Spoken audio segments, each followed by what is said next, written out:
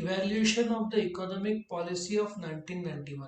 इस वीडियो देखने से पहले इस वीडियो के डिस्क्रिप्शन में लिंक दिया हुआ है 11th इकोनॉमिक्स का, जिसमें आप chapter by chapter question by question सारे वीडियोस देख सकते हैं। तो अभी शुरू करते हैं evaluation of the economic policy of 1991। Now economic policy of 1991 के तीन भाग थे, एलपीजी, लिबरलाइजेशन, प्राइवेटाइजेशन और ग्लोबलाइजेशन। तो उसका भारत को क्या फायदा हुआ, जो डिसीजंस लिए गए 24 जुलाई 1991। उस समय के प्रधानमंत्री पीवी नरसिम्हा राव, उस समय के finance minister doctor Manmohan Singh थे। तो उन्होंने जो नया इकोनॉमिक पॉलिसी लाया था, उसके अचीवमेंट्स क्या क्या थे। Number one, revolution in IT sector. अपना आईटी सेक्टर हमेशा से वर्ल्ड में अपना नाम रहा है, लेकिन 1991 के बाद में आईटी सेक्टर में जबरदस्त बढ़ोतरी हुई। ये जानकर खुशी होगी आप लोग को कि जो इन्फोसिस जो है, इनके जो बैंक के जो सॉफ्टवेयर है, वर्ल्ड के 60% बैंक्स इन्फोसिस के सॉफ्टवेयर यूज करते हैं। ठीक है ना। इंडिया का एचडीएफसी ले लो, वर्ल्ड के सब बड़े से बड़े बैंकिंग कंपनीज इंडिया के सॉफ्टवेयर यूज करते हैं। सो आईटी सेक्टर में जबरदस्त रेवोल्यूशन आया।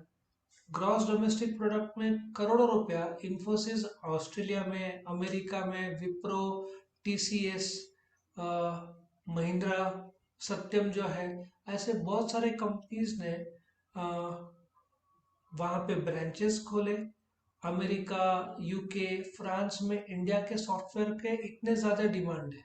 इनफैक्ट जर्मनी में मर्सिडीज को जब प्रॉब्लम हुआ था, तो उन्होंने सबसे पहले इंडिया को फ़ोन किया था कि आके सॉफ्टवेयर प्रॉब्लम सॉर्ट आउट करो। सो आईटी सेक्टर में ज़बरदस्त रेवोल्यूशन आया है।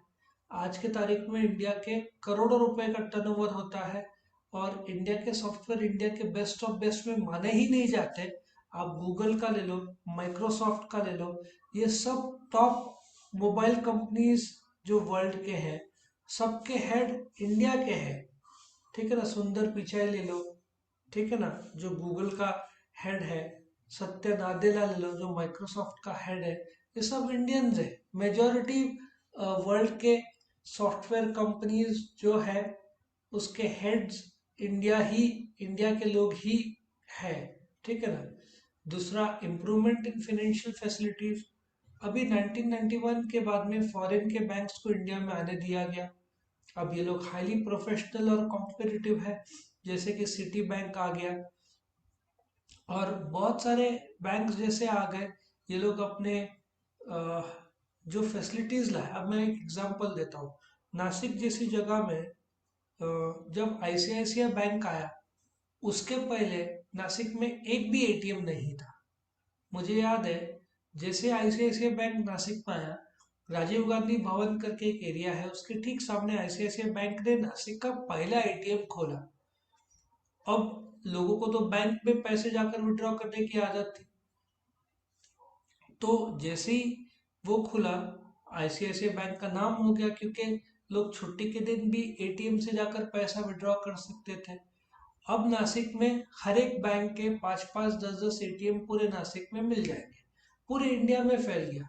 आज के तारीख में 2 लाख एटीएम्स हो गए, उसमें अकेले एसबीआई के 50,000 है। सो फाइनेंशियल फैसिलिटीज बहुत बढ़ गया। उसमें भी आज के तारीख में यंगस्टर्स को जो आईफोन सबका शौक चढ़ा है, उसमें सबसे ज़्यादा फेमस क्रेडिट कार्ड्स, ई बैंकिंग तो हुआ ही है, लेकिन आज के तारीख पे यूपीआई सबसे ज़्यादा फास्टेस्ट ग्रोइंग है।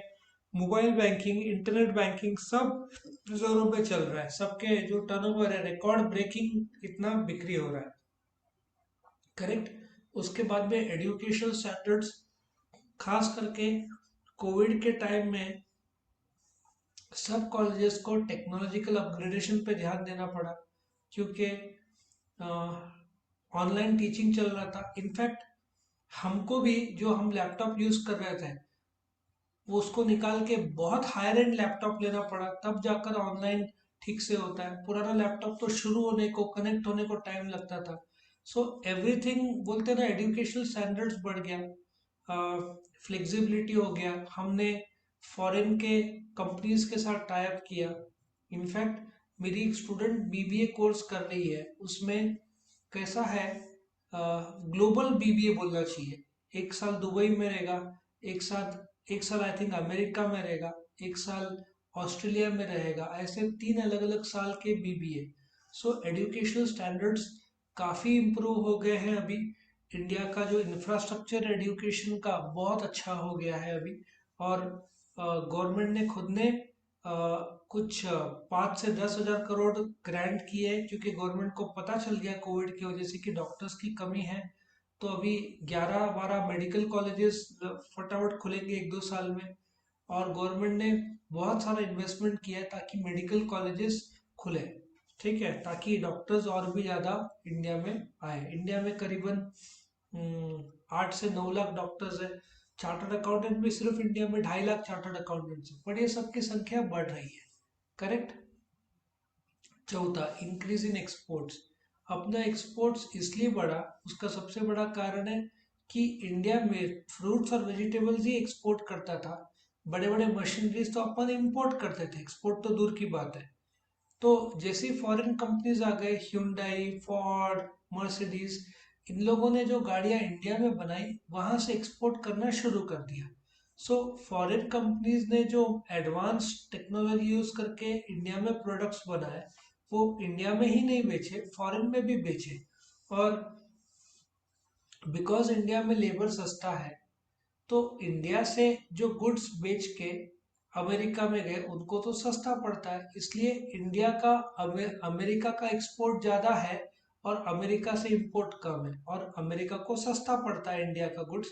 तो वो लोग इंडिया से मेजोरिटी खरीदते हैं रैदर देन मैन्युफैक्चरिंग देयर, ठीक है ना। सो आज के तारीख में हमारा मशीनरी, केमिकल्स, कंप्यूटर्स, छोटे मोटे प्रोडक्ट्स थे, लेकिन पहली बार अभी इंडिया रेलवे के जो बोगीज रहते हैं, कंपार्टमेंट्स रहते हैं, जो 2 करोड़ रुपए का एक आता है, हमने शुरू किया। बांग्लादेश को बेच के, श्रीलंका को आई थिंक हमने गिफ्ट किया, ऑस्ट्रेलिया ने अपने से ऑर्डर किया। और अभी तो पहली बार इंडियन हिस्ट्री में अपने जो ब्रह्मोस मिसाइल है, वो आई थिंक ताइवान और कुछ देशों को हम एक्सपोर्ट कर रहे हैं। तो इंडिया का एक्सपोर्ट अभी बड़े बड़े मशीनरीज में आ गया, कंटेनर्स भी हम मैन्युफैक्चर करके एक्सपोर्ट करेंगे। रेलवे के बोगीज में इंडिया का एक्सपोर्ट शुरू हो गया। और सोचो ना, 10-12 बोगी एक्सपोर्ट किया, 20 करोड़ रुपया फटाफट टर्नओवर मिलता है। जो छोटे छोटे गुड्स कितना बेचना पड़ता है, तो इस प्रकार से एक्सपोर्ट्स अपना सॉलिड बढ़ा है।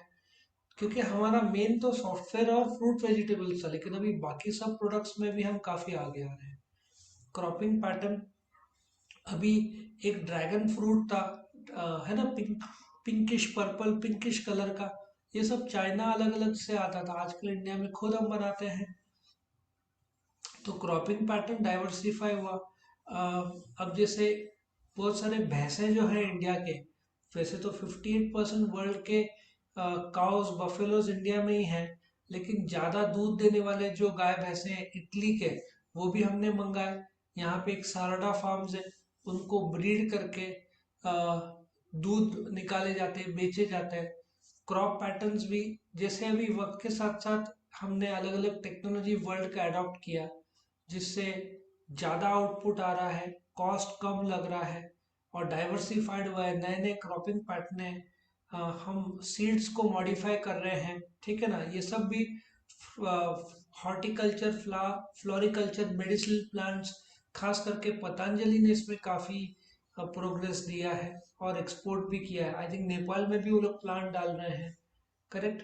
और सबसे इम्पोर्टेंट, ग्लोबलाइजेशन और इसके वजह से, नया पॉलिसी की वजह से स्कैरसिटी, जो शॉर्टेज था रॉ मटेरियल गुड्स का, ये सब कम हो गया, क्योंकि हम आसानी से इंपोर्ट करते गए और महंगाई का प्रॉब्लम भी सॉल्व हो गया। क्योंकि जो शॉर्टेज इंडिया में था, जिसकी वजह से दाम बढ़ रहे थे। अब प्याज का एग्जांपल लो, जब भी प्याज का शॉर्टेज होता है, दाम 60, 80, 100 रुपया होता है, हम फटाफट बांग्लादेश, पाकिस्तान से प्याज मंगा लेते हैं। तो शॉर्टेज पूरा होता है तो अपने आप रेट 30 रुपये, 40 रुपये किलो में वापस आ जाता है, जो 100 रुपये किलो तक बढ़ा हुआ रहता है। तो इस प्रकार से 1991 में जो न्यू इकोनॉमिक पॉलिसी लाया, उसका इवोल्यूशन ये रहा है कि हमारा हर पैमाने पे, गुड्स पे, प्रोडक्शन पे, इन्वेस्टमेंट पे, एक्सपोर्ट पे, ठीक है ना, प्रोग्रेस ही हुआ है। ठीक है, तो अपना 1991 का इकोनॉमिक पॉलिसी के वजह से आज हम लोग वर्ल्ड के फास्टेस्ट ग्रोइंग इकोनॉमी हो गए हैं। और हमारा ग्रोथ रेट कोविड से पहले साल में 7% था, जो कि वर्ल्ड का फास्टेस्ट ग्रोइंग था। हम चाइना से भी ज्यादा फास्ट ग्रो हो रहे थे, हालांकि जीडीपी आउटपुट वाइज चाइना अपने से 4 से 5 गुना बड़ा है, लेकिन ग्रोथ में अपन बहुत आगे थे, फास्टेस्ट थे।